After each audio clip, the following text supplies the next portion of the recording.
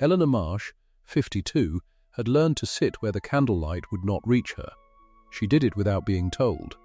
At the Netherford assembly, when the matrons swept the young ladies toward the front of the hall, they touched Eleanor's elbow and steered her to the far wall. There, among the chaperones and the deaf aunts and the widows nobody meant to dance with, a chair waited in the shadow. She took it. She did not flinch. She only folded her gloves in her lap, one over the other, and let the room forget she was there. That was the offence. Not a slap, not a cruel word, just a chair in the dark, offered so smoothly that no one thought it unkind. She was 3 feet behind the Duke of Wexmoor when it happened. The matchmaking mothers had cornered him near the card room, 4 of them, their daughters arranged behind like a hand of cards. And the Duke, hunted, tired, 57 years old and grieving still, said the thing that would follow them both for the rest of the season. He said it loud enough for 40 guests to hear. "No woman weds a duke past 50, madam. I am 57. The matter is closed." Eleanor heard every word. She did not move. And here is what none of those 40 people knew. Eleanor Marsh carried a secret his grief had buried 6 years deep. She knew where the late Duchess had hidden a fortune large enough to save his tenant's land from the men who meant to take it. She knew, and tonight she said nothing at all. If you believe it's never too late for the heart, this story is for you. Before we go further, subscribe and comment the town you're watching from tonight.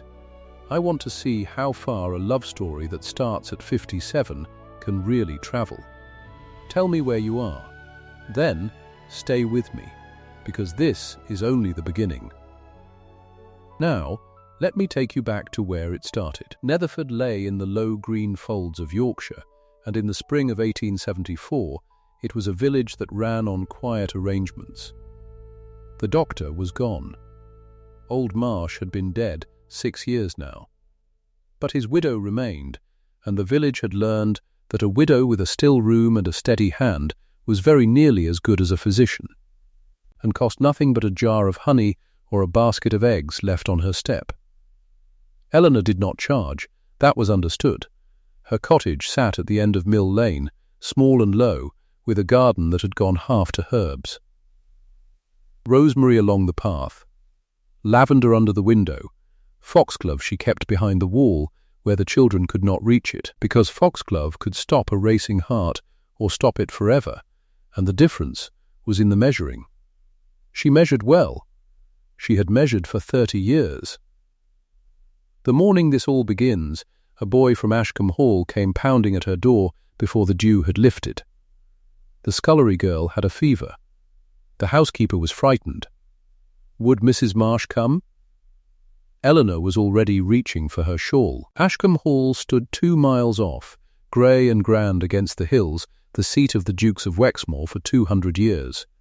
Eleanor had walked its halls before. She had nursed the last Duchess there in the long, slow autumn of her dying. But that was 6 years past, and she did not expect the place to remember her, and she did not expect to feel what she felt when the gates came into view. She felt the old grief rise up like water in a well. Cordelia, the Duchess, had been called Cordelia, and Eleanor, in the way that sometimes happens between a nurse and the woman she keeps alive through the worst nights, had loved her, not as a servant loves a mistress. As a friend. They had laughed together at the end, the 2 of them, when there was nothing left to do but laugh. Cordelia had a wicked, whispering humour that the great world never saw. Only Eleanor saw it. Only Eleanor sat with her when the laudanum wore thin and the pain came, and held her hand and heard the last secrets a dying woman tells. That was a long time ago. Eleanor pushed it down. She had a fevered girl to tend. The scullery maid was 15 and burning up, but it was a simple fever, the kind that breaks with willow bark and cool cloths and patience. Eleanor stayed the morning. She brewed the bark. She sat by the narrow bed in the servants' passage and wiped the girl's face and told her a foolish story about a cat who thought he was a lord, until the child slept and the fever loosened its grip. By noon the crisis had passed. The housekeeper wept with relief and pressed Eleanor to stay for a meal, and that is how Eleanor Marsh came to see the Duke's table. It was set for one. She saw it through the open door of the dining room as the housekeeper led her past. A great long table, a table meant for 20, laid at the very far end with a single place. Silver, crystal, a cover set as if a feast were coming, and behind the chair, on the wall, a portrait of a woman with dark eyes and a mouth that looked as if it were about to say something clever. "Cordelia, he does not eat here," the housekeeper said, low, following Eleanor's gaze. "It's laid every night, mind, and every night it's taken away untouched. He takes a bit of bread in the library, standing, like a man too busy to sit. 6 years, Mrs. Marsh, 6 years he's kept her chair." Eleanor said nothing, but something in her chest turned over. She knew that kind of grief. She had lived inside it. The grief that will not sit down at its own table because sitting down means the other chair is empty, and an empty chair is a fact, and a fact is a thing you cannot argue with. She was not asked to. But before she left, Eleanor did a small thing, a foolish thing, she told herself even as she did it. She went out to the garden by the kitchen door, where the hall's own rosemary grew tall and neglected by the wall, and she broke off a single sprig. Then she went back to that long empty room, and to that one cold, waiting place, and she laid the rosemary down beside the untouched plate. Rosemary, for remembrance. She did not know why. She only knew that a woman who had loved that house deserved a token in it, and that a man who would not eat deserved to know someone still thought of the one he mourned. She left before anyone could ask her what she meant by it. She did not know the Duke was in the gallery above. She did not know he watched her cross the room, a plain woman in a plain grey shawl, and stop and lay something green beside his wife's memory and stand there a moment with her head bowed. She did not know he came down after she had gone and found the sprig and picked it up and stood holding it for a very long time. Julian Ashcombe, Duke of Wexmoor, was 57 years old and he was drowning, though no one who saw him would have guessed it. He looked the part of a great man still. Tall, straight-backed, iron in his hair, his tenants doffed their caps and meant it, because he was fair, and a fair landlord in that county was rare enough to be loved. He walked his farms in the rain. He knew his people's names and their children's names. When the Hartley barn burned, he rebuilt it and took no rent that quarter. He was a good steward. He believed, if he believed anything at all anymore, that seeing his tenants safe was the last useful thing his life could do. And that was the trouble. Because Ashcombe was not safe. Ashcombe was £14,000 in debt, and the men who held the debt were not patient men. The mortgage sat with Callaway and Stone, a mercantile bank in Leeds that had no love of old titles and less of Yorkshire mud. Julian's father had borrowed against the estate. Julian had borrowed more, in the bad years, to keep the farms from going under, and now the whole of it had come due at once, folded into one note, and the note had a face and a number and a date. £14,000. 90 days. Or the hall and every tenant farm attached to it would be sold to satisfy the debt. Sold to a speculator. To a man who would raise the rents until the farms failed, and then sell the land off in parcels and turn 200 years of families into names on an eviction list. Julian knew exactly who that man would be. Everyone in the county knew. Sir Marcus Thorne had been circling Ashcombe for 2 years, the way a crow circles a dying thing, waiting for the fall. The Duke had nowhere near £14,000.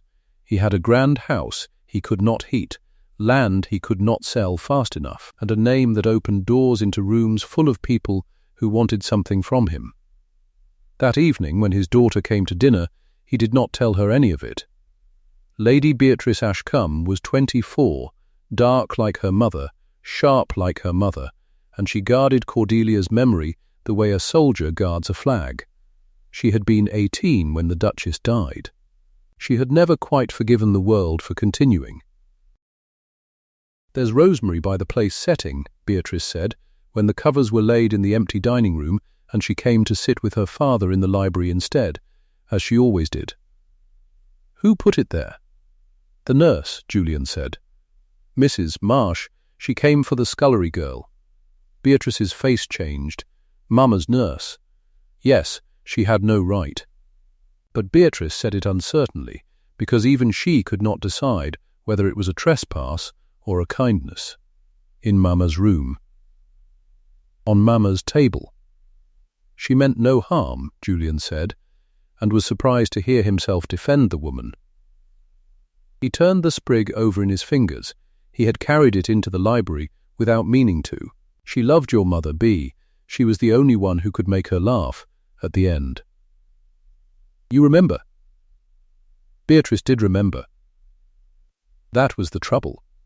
She remembered laughter coming from that sick room, low and helpless, the two women wheezing at some joke the world would never be told, and she remembered standing outside the door feeling shut out of her own mother's dying.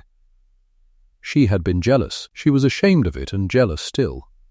"She's a village widow," Beatrice said, which was not an argument, only a way of pushing the feeling down. "She is," Julian agreed, and he set the rosemary carefully on the mantel, where it stayed, drying slowly, for weeks. The matter of the mortgage would not stay pushed down. It surfaced properly on Eleanor's second visit to the hall, because the fever in the servants' passage had not stayed with one girl. 3 of the household had it now, and the housekeeper sent again for Mrs. Marsh, and this time Eleanor came for 2 days and slept in a maid's room and moved through the great house like a grey shadow with a basket.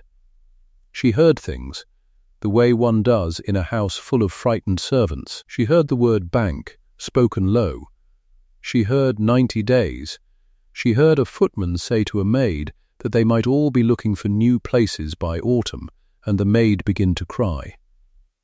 And on the second evening, tending the last of the sick in a room off the still passage, she found herself sitting with the old steward, Mr. Preston, who had served the family 40 years and had drunk 2 glasses of the Duke's port to steady nerves that would not steady. 14,000, he told her, though she had asked nothing. He needed to say it to someone, and she was the sort of woman people said things to. £14,000 to Calloway and Stone, and 90 days to find it, and it might as well be the moon. He'll lose it all, Mrs. Marsh, the hall, the farms, every family from here to the ridge, and him a better landlord than his father ever was, and it makes no difference at all. Eleanor listened. She had a gift for listening, and then she said a thing she would not think about again for weeks. She said it lightly, the way you mention a curious fact that has nothing to do with anything. "The Duchess had money of her own, you know," Eleanor said, at the end. "She told me once. She kept her own little fortune tucked away where the men couldn't touch it. Railway shares, she said. She'd bought them herself and told nobody, and she laughed about it, said she'd outfoxed the lot of them, all those clever men with their ledgers. She kept it in her flower book. Her herbal, pressed among the flowers, she said, safe as houses, because no man alive would ever think to look in a woman's book of dried flowers. Mr. Preston smiled sadly at that, because it sounded like the Duchess, who had a wicked wit and a habit of surprising people. But he was 3 glasses of port into his sorrow, and he did not really hear it, and neither did Eleanor really mean it. It was only a memory. A dead woman's joke. Cordelia had said a great many things at the end that Eleanor had folded away and not examined. The flower book. The herbal. Eleanor had seen it 100 times on the Duchess's writing desk, thick with pressed forget-me-nots and pansies and violets. She had never once opened it. Neither of them treated the thing as important. How could they? A joke from a dying woman, 6 years dead. The steward finished his port. Eleanor went back to her patients. The clock kept ticking toward 90 days, and no one had started counting. The county, meanwhile, had decided the Duke of Wexmoor must marry. It happened the way these things always happen. A great man is widowed. He grieves a decent interval. And then the mothers descend, because a duke is a duke, mortgage or no mortgage, and none of them knew about the mortgage, and a title was a title. The whispers ran everywhere that spring. They ran both ways, cruel in both directions. Of the duke the sharper tongues said, past 50 and grasping at brides half his age, the old fool, doesn't he know how he looks? And of any woman who might be seen near him, especially the poor ones, especially the older ones, they said worse. Eleanor heard her own name in it once, at the market. The Marsh widow, one matron sniffed to another, not knowing Eleanor stood behind the cheese stall. Too old and too poor to matter. Imagine, Eleanor bought her cheese. She did not let her face move. She had a great deal of practice at not letting her face move, but something small had happened by then that she did not know how to fit into the world's arithmetic. It had rained hard the day she walked home from her second stay at the Hall, a cold spring rain that turned Mill Lane to soup. She had bent her head and started the 2 miles on foot, as she always did, because that was what a woman of her means did. And a carriage had come up behind her. The Ashcombe carriage. It had drawn alongside, and the door had opened, and the coachman had said only, "His Grace's orders, ma'am. You're to ride." No note. No word from the Duke himself. Only the door held open in the rain, and a rug for her knees, and the long grey house falling away behind her as she rode home dry. She had turned it over all evening by her fire. A man who would not eat at his own table had noticed a widow walking in the rain, and had sent his carriage, and had said nothing, because saying nothing was the only way a man like that had left to say anything at all. She told herself it meant nothing. She was good at telling herself things. Then came the Netherford Assembly and the card room and the sentence that closed the matter. You have already heard how it began. Let me tell you how it ended, because the ending is the part that mattered. Eleanor had not wanted to go. Assemblies were not for women who sat in the dark. But Mrs. Hollis had begged her. The apothecary's late wife had been Eleanor's friend, and Mr. Hollis, the widowed apothecary himself, had asked so hopefully whether she might come that it seemed unkind to refuse. So she went. She wore her good grey silk, 6 years old, and turned once at the seams. She let herself be steered to the wall, and she was crossing behind the card-room, a cup of negus in her hand for a deaf old aunt who had been kind to her, when she came up short behind the wall of the Duke's back, and heard the mothers pressing him, and heard him break. No woman weds a Duke past 50. Madam, I am 57. The matter is closed. She stood there with the cup in her hand. He had not seen her. She understood that at once. He had said it to shield himself, to drive off the pack, to make himself absurd on purpose, so that they would stop hunting him. It was armour. She knew armour when she heard it, because she wore her own every day of her life. But the room did not hear armour. The room heard a verdict. And the verdict was not only on him. Every eye that flicked toward the Duke flicked, a half-second later, to the plain widow standing 3 feet behind him, with a cup of negus going cold in her hand, and every one of those eyes did the same small, cruel sum. Him, 57 and grasping. Her, 52 and nobody. The pair of them, absurd, the very idea, absurd. You could feel the room decide it, all at once, the way a field of grass all bends in the same gust. Eleanor did not spill the negus. She was proud of that afterward, in the way you are proud of small things when the large things are past bearing. She did not spill a drop. She carried the cup to the deaf old aunt. She set it down gently. She said something pleasant about the music. And then, when a decent interval had passed, so that no one could say she had fled, she gathered her shawl and walked out into the night alone, and she did not let one tear fall until she was past the last lamp of the village, on the dark road home, where no one living could see. There she let herself cry. Once, for a mile. Then she stopped and wiped her face and made herself a promise on the empty road under the cold stars. She would save those tenants, the Hartleys and the Prestons and the Wilkins children, and every family from the Hall to the Ridge. She would find a way, if a way existed, because she knew a thing no one else knew, a joke a dead woman had told her. She would save them, whether or not the Duke of Wexmoor ever once looked at her and saw a woman, rather than a nurse. She would do it for love of the living, and expect nothing back, because expecting nothing back was the one skill grief had truly taught her. That was the wound and the vow, made in the same mile of dark road, and she meant to keep the second and never speak of the first.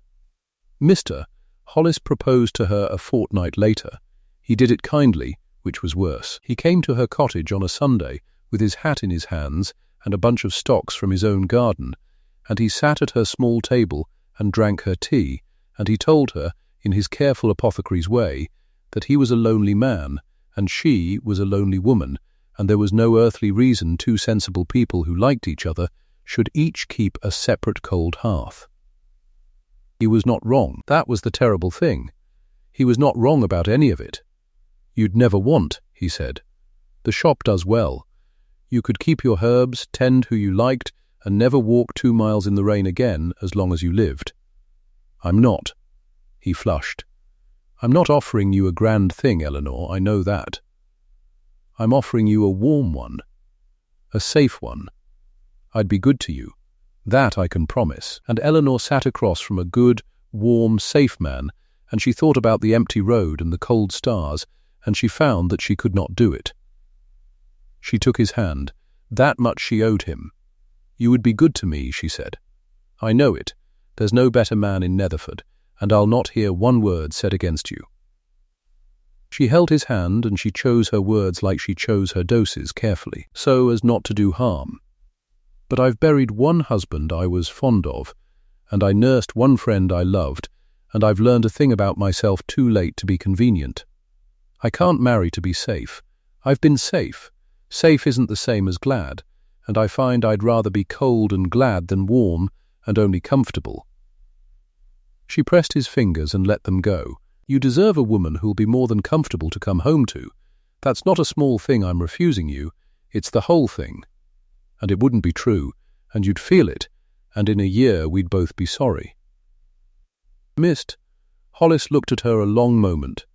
Then he nodded, slowly, and something in his kind face settled into a sadness that had dignity in it.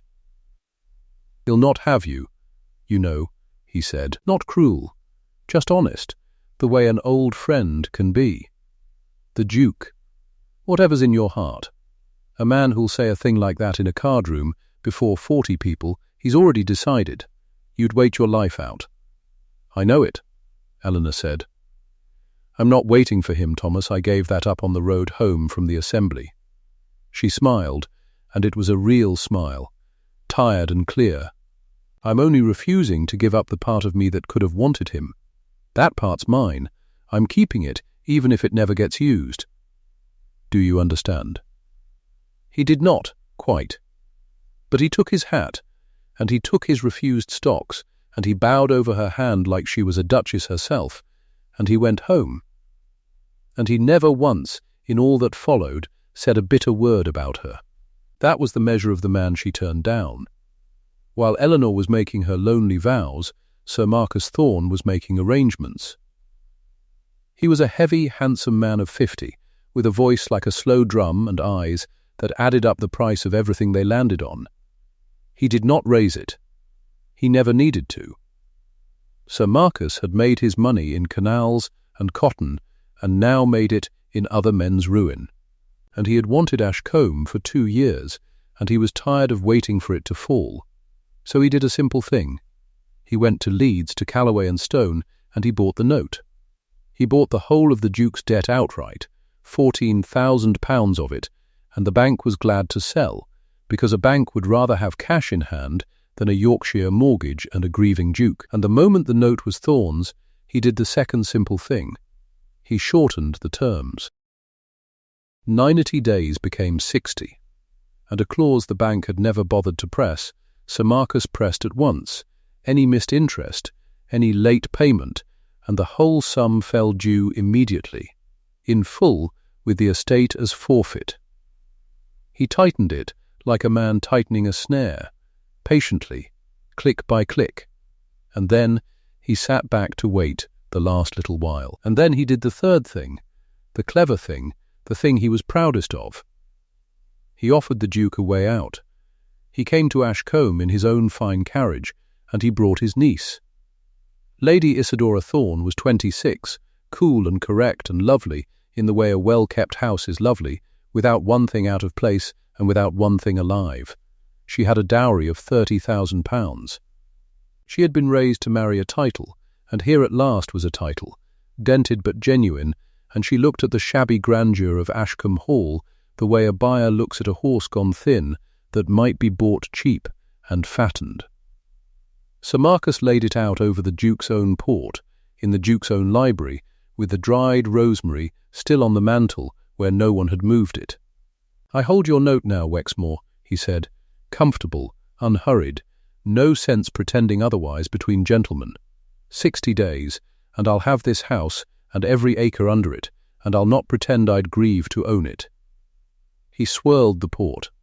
Or my niece is unwed, and her portion is £30,000, and £30,000 clears 14 with a good deal to spare. Marry Isadora, and the note's a wedding gift. The hall stays yours, the farms stay full, your tenants keep their roofs, and you keep your dignity, and everyone goes home happy. He smiled. A cold way to put it, I know, but you're a practical man, and I'm offering you the practical answer to a practical problem. I'd think on it, if I were you. 60 days go quickly. Julian Ashcombe sat very still. He was tempted. That was the shameful part he would confess to no one. Not tempted by the girl, Isadora sat across the room like a portrait of a bride, beautiful and remote, and he felt nothing for her at all, and knew he never would. He was tempted by the tenants, by the Hartleys and the Wilkins children, and every family whose future sat in a snare in this cold man's pocket. For them, he could almost do it. For them, a man might sell the last of himself and call it stewardship. "I'll think on it," he heard himself say. And Sir Marcus smiled his slow smile, and Lady Isadora inclined her perfect head, and they left him alone with the drying rosemary and the loudest silence of his life. He did not sleep that night. He stood a long time at the door of the room where the covers were laid for one, and he did not go in, and he did not eat. Now here is where the dead woman's joke stopped being a joke. Eleanor had gone back to Ashcombe once more.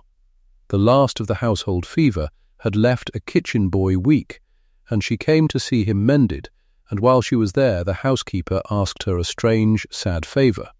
Lady Beatrice, the housekeeper said, wanted the Duchess's morning room finally set to rights. 6 years it had stood shut, a shrine, dust on the writing desk, and the chair pulled out just as Cordelia had left it. But now there was talk of the house being sold, no one said to whom, but the servants knew, and the young lady could not bear the thought of strangers poring through her mother's things. Someone had to sort them. And there was no one in the house who had loved the Duchess and could be trusted to be gentle. Would Mrs. Marsh do it? Quietly? Beatrice could not do it herself.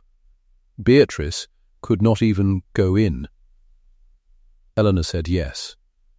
The morning room was exactly as she remembered it. The light came in soft and yellow through the east window. The little chair sat pushed back from the writing desk, and on the desk, under 6 years of dust, lay the things a woman leaves when she does not know she is leaving for the last time. A dry inkwell, a pair of spectacles, a folded shawl, and a book. The flower book. The herbal. Eleanor stood over it for a long moment before she touched it, because touching it meant remembering, and remembering meant grief. Then she lifted it and blew the dust from the cover, and she heard, as clearly as if the woman stood beside her, Cordelia's voice at the end, wicked and laughing and short of breath. I keep my own little fortune where the men will never look. In my flowers, Eleanor, safe as houses. I've outfoxed the whole clever lot of them. Her hands were not quite steady as she opened it. Pressed flowers slid past under her fingers, pansies gone brown, violets like tissue, a whole summer of forget-me-nots, blue faded to grey. She turned the thick pages slowly, and the dead garden turned with them, and near the middle, pressed flat between two dried forget-me-nots as though it were only another pressed and precious thing, lay a folded paper. Not a flower. A document. Eleanor's breath stopped. She drew it out with 2 fingers, the way she'd draw a splinter, and she unfolded it in the yellow light. It was a deposit receipt. It named the Midland and Northern Railway Company. It named a holding of shares, purchased and paid in full, held in the sole name of Cordelia, Duchess of Wexmoor, told to no husband, no steward, no man of business. And it named a value. £16,000. Eleanor sat down slowly in the little dusty chair that no living person had sat in for 6 years. £16,000. More than the 14 the bank was owed. More than the snare in Sir Marcus Thorne's pocket. Enough to clear the debt entire, and keep the hall and save every farm from the house to the ridge, and it had been sitting here the whole time, pressed among dead flowers in a shut and shrined room, waiting 6 years for someone to love the Duchess enough to open her book. The joke was true. Cordelia had outfoxed them all. She had outfoxed even death, because she had left the winning card in the one hand that would never think to look, and told the one friend who would remember.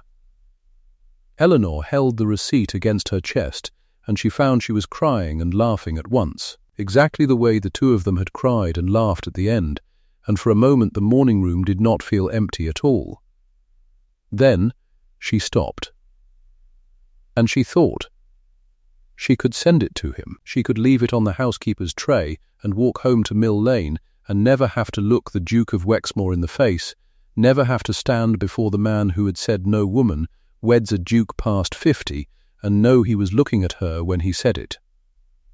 That would be the safe way. The Hollis way. The comfortable, cold, glad-of-nothing way. Eleanor Marsh had made a vow on a dark road under cold stars that she was done being safe. She stood up. She wrapped the receipt back inside the flower book, the whole of it, flowers and fortune together, because they belonged together and always had. She held the herbal to her chest with both arms.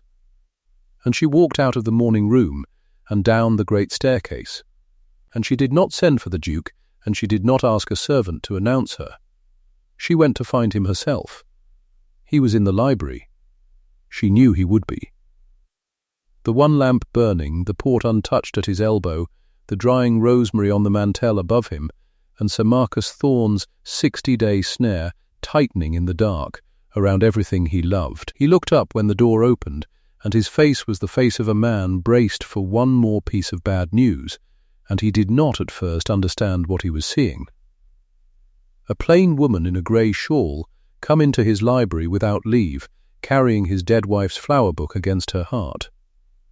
Eleanor crossed to his desk.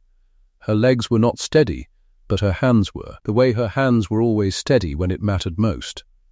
She set the herbal down before him in the lamplight, and she opened it to the 2 forget-me-nots, and she drew out the folded receipt and laid it flat where he could read it. And then, for the first time in her life, she called him by his name. "Julian," she said, and her voice did not shake. "Your wife saved you 6 years ago, and you never knew. She left it in her flowers, where the clever men would never look, and she told me because she trusted me to remember. It's real. It's £16,000. It's more than enough." He was staring at the paper. He had not moved. His hand, when it rose toward the receipt, was trembling, and hers, resting on the open book, was not. "Read it," Eleanor said softly. "Read it, Julian." She kept her own fortune. She outfoxed the whole clever lot of them, she told me, and she laughed when she said it. The tenants are safe. The hall is safe. You are safe. Her breath caught, once, and steadied. She did it. All you have to do now is let her. The Duke of Wexmoor lifted his eyes from his dead wife's handwriting to the living woman who had carried it into the light, and for a long, long moment neither of them said one word at all. He spoke first, and his voice was not the voice that had closed a card room against her. It was smaller. 6 years, he said. She sat across from me at breakfast for the last of those years, and she let me believe we were ruined. She let you believe nothing, Eleanor said. You never asked her. You told her the ledgers were a man's grief to carry, and you carried them alone, and she watched you do it, and she made her own arrangement in her own way. She did not hide it from you to wound you, Julian. She hid it because you had already stopped listening. He flinched at that. She had not meant it as a blow, but it landed as one, and she let it, because it was true, and because he needed one true thing said to him in that room before he could believe the rest. His hand finished its journey to the receipt. He touched the paper as if it might be warm. He read the figure. He read the name of the railway company and the date and Cordelia's small firm signature in the deposit line, and Eleanor watched 6 years of held breath go out of him in a way that frightened her, because a man that hollow could break as easily as he could heal. 16,000, he said.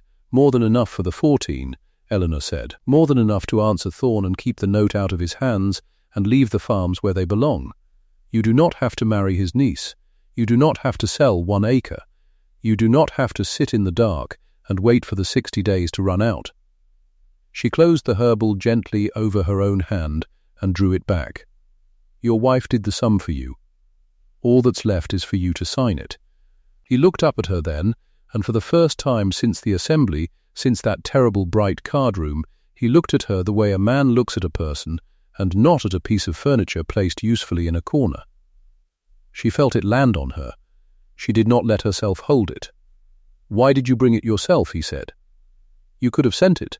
You could have let Preston carry it in. Why did you walk 2 miles in the dark to lay it on my desk with your own hands? Because I could not trust that you would open it, she thought. Because I have watched you leave the good things unopened for 6 years. But she did not say that either. Because your wife told me to remember, she said instead. And I am the last one who does. She left him with the receipt and the herbal and the burning lamp. She did not stay to be thanked. She had learned long ago that gratitude curdles fastest in the room where it is demanded, and she wanted none of his while it was still raw. She walked home the 2 miles in the cold, and she did not cry, and she told herself the meter of her own heart had not moved, and she was. As she was so often about herself, wrong, the fever came to the cottages 9 days later. It came the way scarlet fever always came, quiet and then everywhere at once. A child at Well Farm woke with a throat like a coal and a rash blooming rough across her chest, and by the 2nd morning there were 4 more, and by the 4th there were 11 in 6 cottages and the estate's paid physician. A soft-handed man from York, who drew a good salary to be near the hall and had never once been near a sick-bed in a poor house, packed his bag and his fear and took the mail coach south and did not come back. Eleanor came instead. She came with her satchel and her jars and her sleeves already rolled, and she did not leave the tenant row for 11 days. She did the things no one else would do. She washed the small hot bodies with vinegar water to bring the fevers down. She sat the mothers down and taught them how to strip the beds and boil the linen and keep the well children apart from the sick ones, and she was patient when they were too frightened to remember, and she was hard when hardness kept a child breathing. She lost one. A boy of 3 at the far end of the row, too weak from a winter of thin food to fight the thing off, and she held his mother through the night and did not offer her a single easy word, because Eleanor Marsh did not lie to the grieving, and the mother loved her for it after, the way you love the one person who did not insult your dead with comfort. She kept the other 10 alive. The Duke came on the 6th day. He was not expected, Lords did not walk the fever row, lords sent money and stayed upwind. But he came down the lane in his own boots with his own coat, and he stood in the doorway of the Well Farm cottage, where Eleanor knelt by a truckle bed with her hands full of a shaking child, and he did not flinch from the smell or the sound of it. "They told me you had not slept," he said. "They told you right," said Eleanor, not looking up. "Tell me what to carry," he said. She looked up at that. A duke in a fever cottage asking a nurse to give him work. She might have sent him away to keep him safe. She might have made the pretty speech about his rank and his person and the folly of a landlord catching his tenant's contagion. Instead, she looked at his hands, which were a fair man's hands and had held nothing heavier than a pen in 6 years, and she decided they had gone soft long enough. "The water butt at the end of the row," she said. "It wants filling and it wants boiling, and the fire under it wants feeding all night. If you mean it, that's the work. If you don't, go home, and don't come back to stand in my doorway and watch." He meant it. He carried water for 11 nights. He fed the fire and hauled the linen and learned the names of children he had owned the roofs of and never known, and the tenants watched their duke on his knees at their hearths with the sweat running off him. And something in the estate turned over that season that no rent book could measure. They had feared him, and they had pitied him, and they had, quietly, in the way of poor people who see everything, despised the softness that had let a speculator get his hands round their farms. Now they watched him carry water beside the Marsh widow, and they made up their minds about both of them at once. On the 11th night the last fever broke. The child at the far end, not the one who died, the one after, a girl of 7 with a will like wire, sat up and asked for bread, and Eleanor sat back on her heels and put her face in her hands and, for the only time that fortnight, let herself shake. The Duke was across the room feeding the fire. He saw. He did not come to her, which was the right thing and the surprising thing, because she would not have borne being touched just then. He only stayed where he was and fed the fire and let her have the shaking to herself in the corner of the light, and when she had done he said, quietly, without turning round, "You could not have done more. No physician in York could have done what you did. No physician in York would have tried," Eleanor said into her hands. "That is the whole difference between us and them. They know more than I do, and they will not kneel." "I have noticed," said the Duke, "that the people who kneel are the ones worth having." She let that go by. She was too tired to catch it. But she remembered it after, when she had the strength to. They balanced the books together in the weeks that followed, and that was its own kind of nursing. The estate's accounts were a wound as old and as neglected as the man who owned them. Preston the steward had done what he could for 40 years, but a steward cannot save a master who will not look, and the Duke had not looked since Cordelia died. So the two of them sat in the library through the long evenings after the fever passed, the same library where she had laid the receipt, and they went through 6 years of ledgers by lamplight, page by page, and Eleanor found she had a head for it. She had run a physician's household on nothing after her husband died, buried in debt. She knew how to make a shilling do the work of 3. She knew where money leaked and where it was thrown, and where a small firmness now saved a large ruin later, and she said so, plainly, and the Duke listened, plainly, and between them they turned a drowning estate back toward the surface. It was the account books that undid them both, in the end, though neither would have named it so. Not the fever, not the rescue, not the receipt, the account books. Because there is a particular intimacy in sitting beside someone at a shared task in a quiet room, night after night, until you know how the other one thinks. He learned that she was merciless with waste and soft with people. She learned that he was fair to the bone and had simply given up. And somewhere in the ink and the tallow smell and the small hours, the widow and the Duke stopped being a scandal the Ton had laughed at, and became, quietly, 2 people who did not want the evening to end. Neither said it.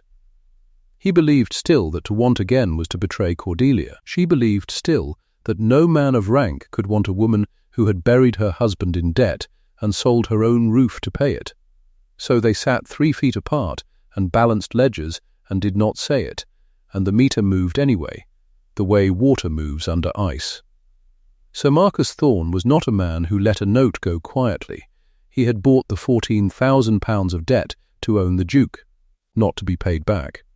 He wanted Ashcombe cheap and the farms cheaper, and he had shortened the terms to 60 days precisely to make repayment impossible, and when word reached him that the impossible had a face, a village nurse with a dead duchess's flower book, he moved to protect his purchase the way his kind always moved. Through the niece. Lady Isadora Thorne was 26 and cold as a coin, and she had been raised to be spent. Her uncle brought her to Ashcombe under the colour of a call, and she sat in the good parlour with her £30,000 dowry sitting invisible in her lap, and she made the Duke the offer her uncle had drilled into her, that she would marry him, that her dowry would clear the note within the week, that the hall and the farms would be safe, and the tenants kept, and the whole ugly business of debt made to disappear behind a wedding, if only the Duke of Wexmoor would take a young and well-connected wife and be sensible. It was a good offer. On the ledger it was the best offer. 30,000 answered 14 with room to spare, and no railway shares need be touched, and no village widow need be explained to the ton. The Duke refused her in one sentence. Lady Isadora, he said, you are a kind young woman being used unkindly, and I will not add to it. My answer is no. And he had it right, though he did not yet know how right, because it was Beatrice who found the rest of it. Lady Beatrice Ashcombe was 24 and had loved her mother the way a daughter loves a mother taken too soon, fiercely and a little unfairly, and with her fists closed round the memory so no one else could touch it. She had watched the Marsh widow come and go from the hall that season with a jealousy she was ashamed of and could not stop. This was her mother's house. That was her mother's flower book on her father's desk, and now the whole county whispered that the widow had her father's ear, and Beatrice, who could not strike at her grief, struck at the woman instead. But Beatrice was her mother's daughter, and cleverer than her jealousy, and it was she who saw the flaw in Thorne's offer that no one else had troubled to. Why, she asked herself, would a rich man's niece with £30,000 be flung at a broken duke twice her age? Not for love, not for rank alone, there were younger dukes. She went into the parlour after the Thornes had gone, and she found the marriage contract Isadora had left behind for the Duke's consideration, and she read it as her mother would have read it, with a cold, clear eye. And near the bottom, in the fine, clean lawyer's hand, she found the clause that upon the marriage, the management of all the wife's property, and all property brought into the marriage, and all property discovered within it, should pass to the trusteeship of Sir Marcus Thorne. The shares. He knew about the shares. Somehow, a talking servant, a boasting apothecary, the loose thread that undoes every secret, Thorne had learned that £16,000 in railway paper had surfaced at Ashcombe, and he had sent his niece not to save the Duke, but to marry his way onto the deposit and seize it whole. The dowry was a lure. The marriage was a net. Cordelia's fortune was the prize. Beatrice took the contract to her father, and she laid the clause under his eyes the way Eleanor had laid the receipt, and she said, "He does not want you married. He wants mother's money, and you were nearly fool enough to hand it to him with a ring." The Duke read the clause.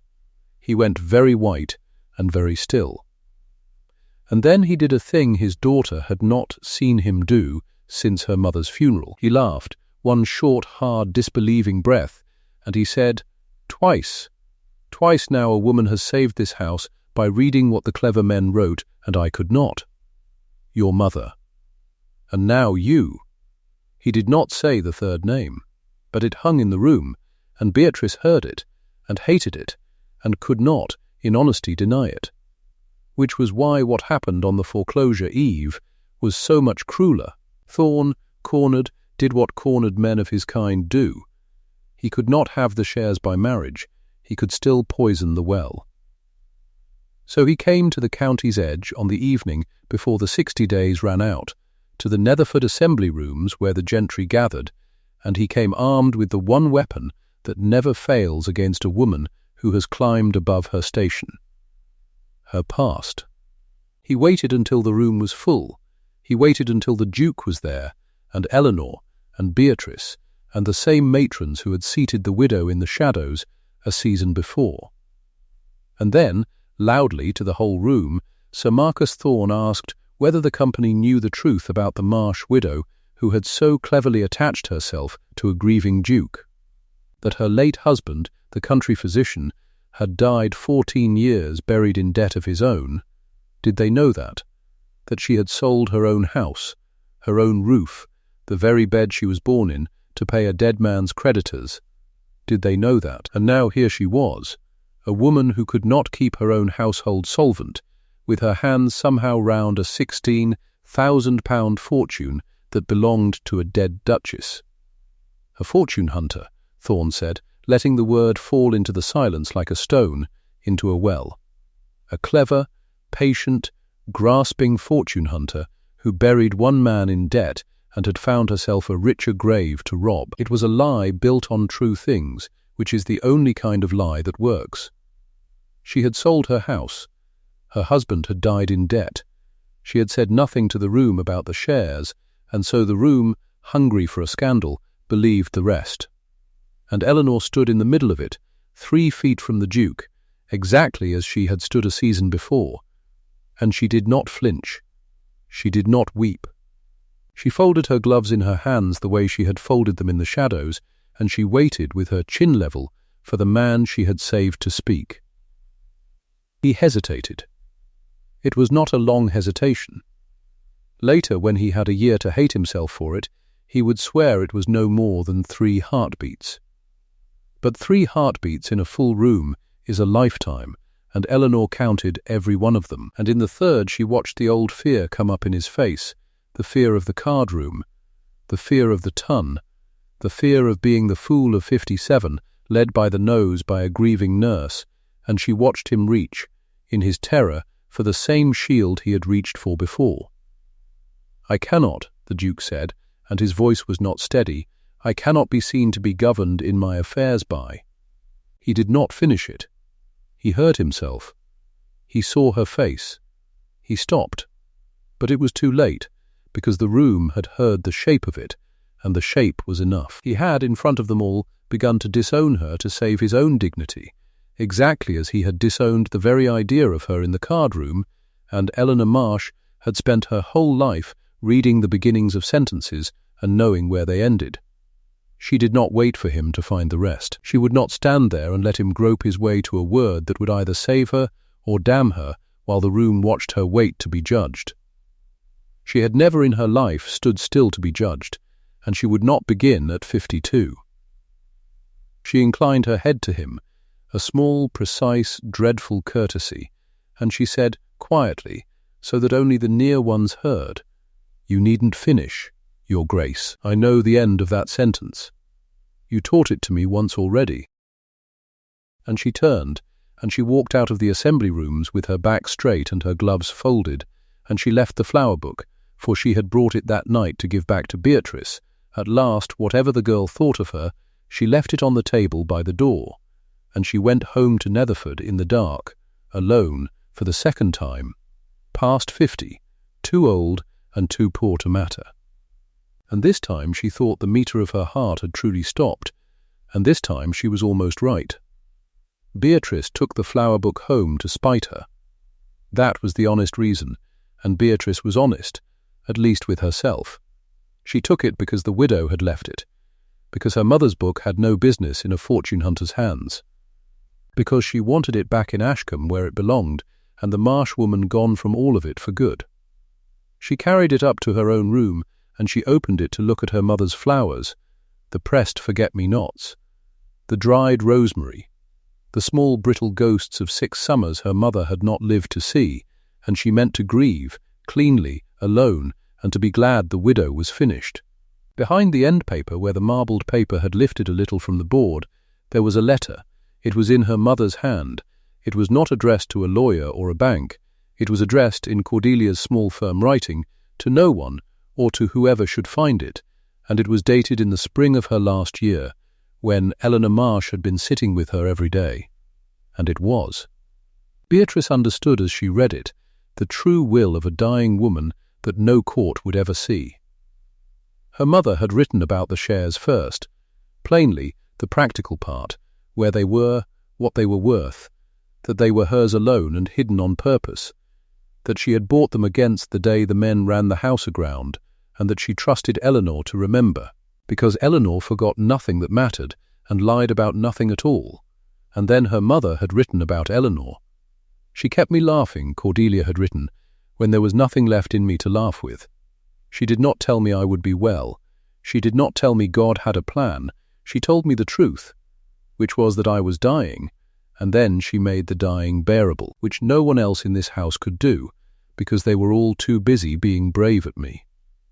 She is the only friend I ever had who did not want a single thing from me but my company. Remember that, whoever reads this. Remember, she asked for nothing. And near the bottom, where Beatrice's own hand had begun to shake so that the words blurred, if grief ever makes Julian a stranger to joy, and it will. I know my husband, he will build a monument out of missing me and forget to live inside it, then let Eleanor be the one to bring him home. She will not replace me. No one replaces anyone. But she will make him laugh at his own table again, and she will keep his tenants warm, and she will not want his money, having never wanted mine. I would rather he had her than a house full of the correct and the cold. I have thought about this a long time lying here. Let no one, least of all my Beatrice, stand in the way of it. I have already blessed it. Give them my blessing when I am too far gone to give it myself. Beatrice sat on the floor of her room with her mother's letter in her two hands and cried the way she had not let herself cry at the funeral. Because at the funeral she had been busy being brave, exactly as her mother said. And now there was no one to be brave for, only the truth in her mother's own writing, giving away the thing Beatrice had been guarding with her fists closed round it for 6 years. Her mother had chosen the widow. Her mother had chosen her, deliberately, with a clear eye, months before she died. The jealousy Beatrice had nursed like a coal went out all at once, and left her cold and clean and ashamed. She went to her father before the sun was up. She found him where Eleanor had found him a season before, in the library, one lamp, the port untouched, the note come due at noon and no answer to it, because the shares were pressed inside a book he thought he had lost, and a woman he had failed was 2 miles away in the dark. Beatrice put her mother's letter into his hands, and she put the flower book on the desk. And she opened it to the 2 forget-me-nots and the receipt, and she said, "Read mother's letter first, then the receipt. And then, father, you are going to fix what you did last night, or you are no man I want to be the daughter of." He read it. He read all of it. His hands were not steady. When he came to the part where his dead wife gave away her blessing in her own writing, he made a sound Beatrice had never heard her father make, and she looked away to let him make it, the way Eleanor had looked away in the fever cottage, because some breaking wants no witness. Then he stood up, and he was, for the first time in 6 years, entirely a man who knew what he meant to do. The note fell due at noon, and Thorne came for it in person, as such men do, to enjoy the taking. He came to Ashcombe with his lawyer and a face already arranged into ownership, expecting a broken house and a hesitating Duke and the pleasant work of foreclosure. He found instead the Duke of Wexmoor at the long table with Preston the steward and the county's own solicitor, and Beatrice standing at her father's shoulder and on the table before them. The deposit receipt of the Midland and Northern Railway Company in the sole name of Cordelia, late Duchess of Wexmoor, for £16,000. The note was discharged there, before witnesses, in full, the whole 14,000 paid off the shares, with 2,000 to spare. And Preston read the discharge aloud in his old steward's voice, so that no man in the room could ever after pretend it had not happened. And Sir Marcus Thorne stood and watched the estate he had meant to own slide out of his hands forever. Paid for by a dead woman he had never troubled to fear. "You will find the note satisfied, Sir Marcus," the solicitor said, "and the terms met within the 60 days, and no claim of yours surviving. Your business here is concluded." Thorn's business was concluded.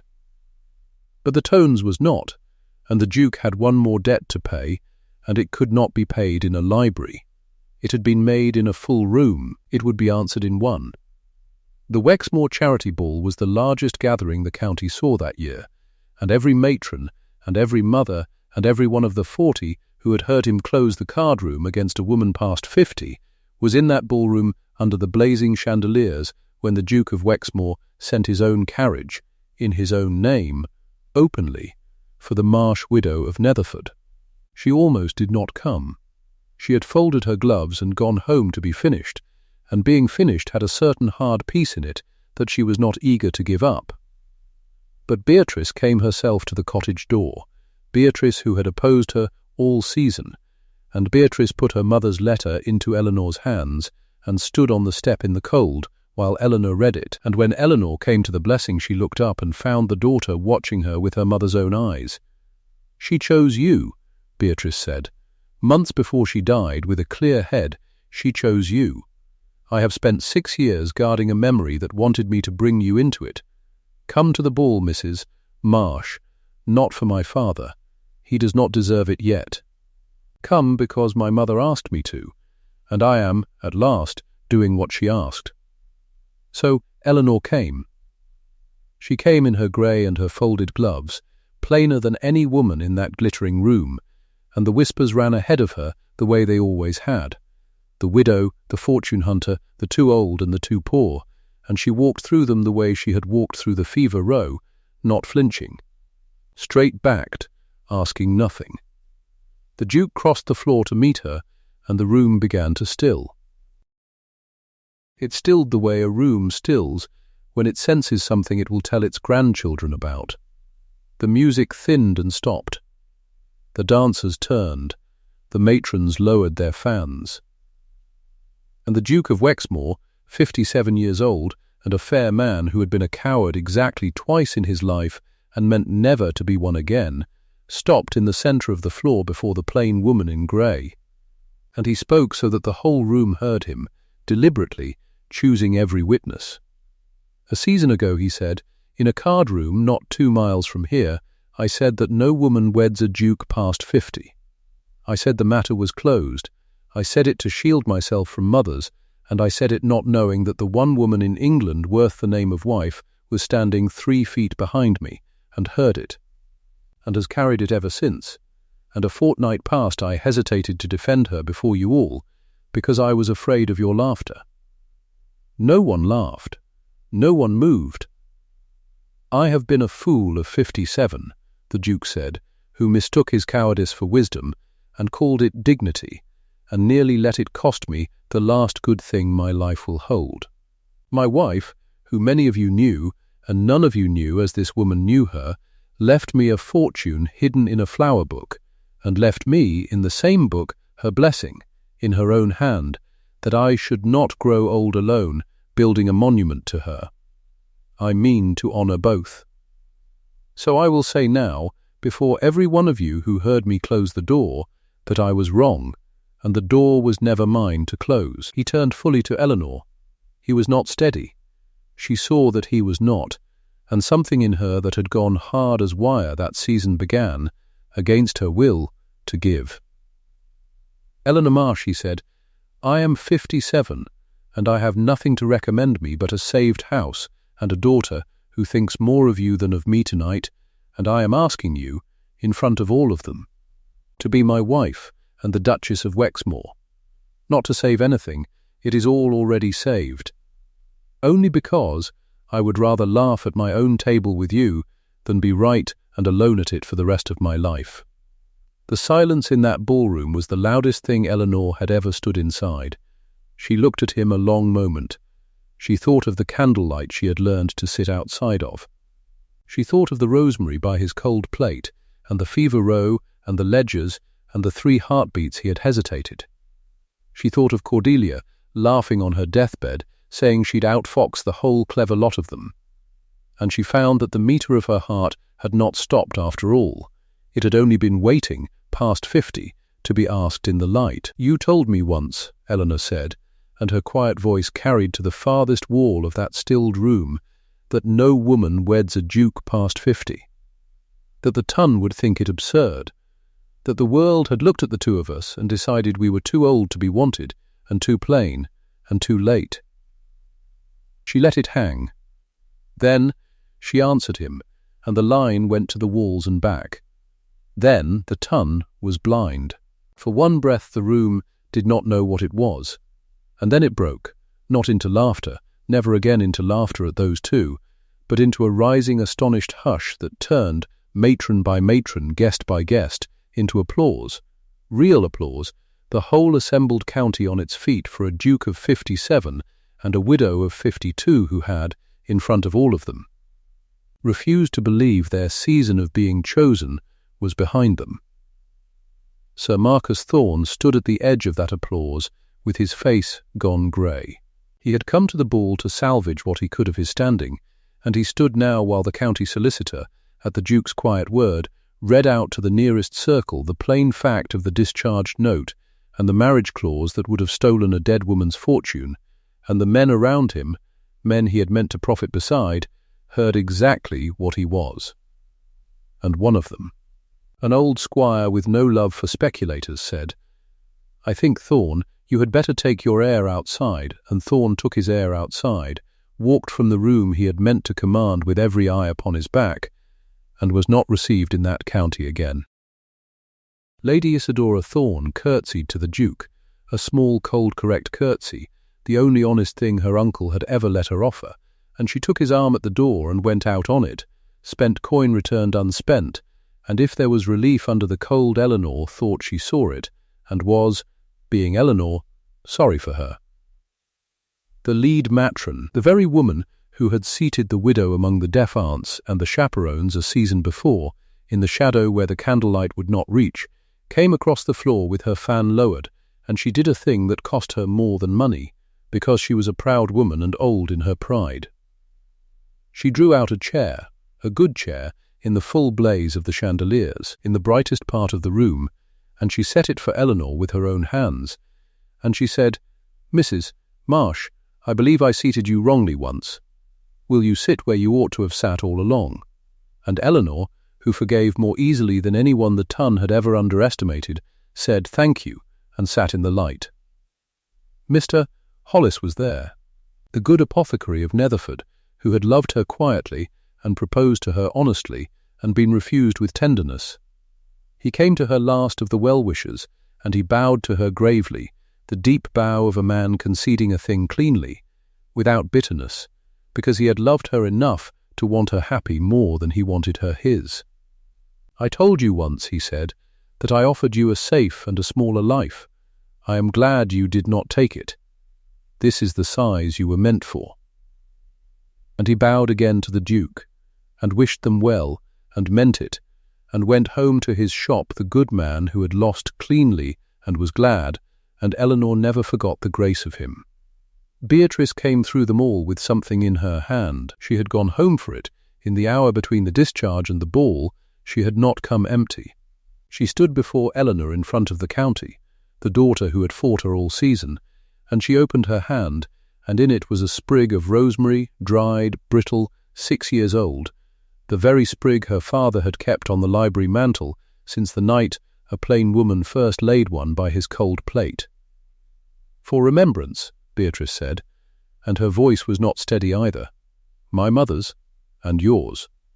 She would want you to have it. So do I." And she put the rosemary into Eleanor's hands, the daughter who had once refused her, and Eleanor closed her fingers round it, and that was the moment, not the proposal, not the applause, that Eleanor Marsh let herself weep in front of the ton, for the first and only time, and no one in that room thought the less of her for it. 1 year on, the morning room at Ashcombe was open to the sun. It had been a shrine for 6 years, the dead Duchess's chair, her writing desk, her light kept out behind drawn curtains, the dust left undisturbed because grief mistakes stillness for love. Eleanor had not thrown any of it away. She was not a woman who threw the past away, but she had opened the curtains and let the Yorkshire morning in across the floor, and Cordelia's chair still stood by the window, kept, always kept, only it was no longer a thing forbidden to sit in. It was only a good chair by a sunny window, in a room that a house lived in again, and that, Eleanor thought, was what Cordelia had wanted all along, not a monument, but an open window and a chair where a friend might sit. The Duke ate at his own table now. He had not, for 6 years, the long table had been a place he passed through on his way to being alone.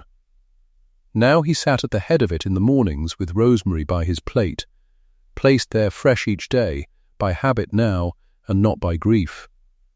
And he ate, and he talked, and sometimes he laughed, at his own table, the thing his wife had asked from her, deathbed, that someone bring him back to.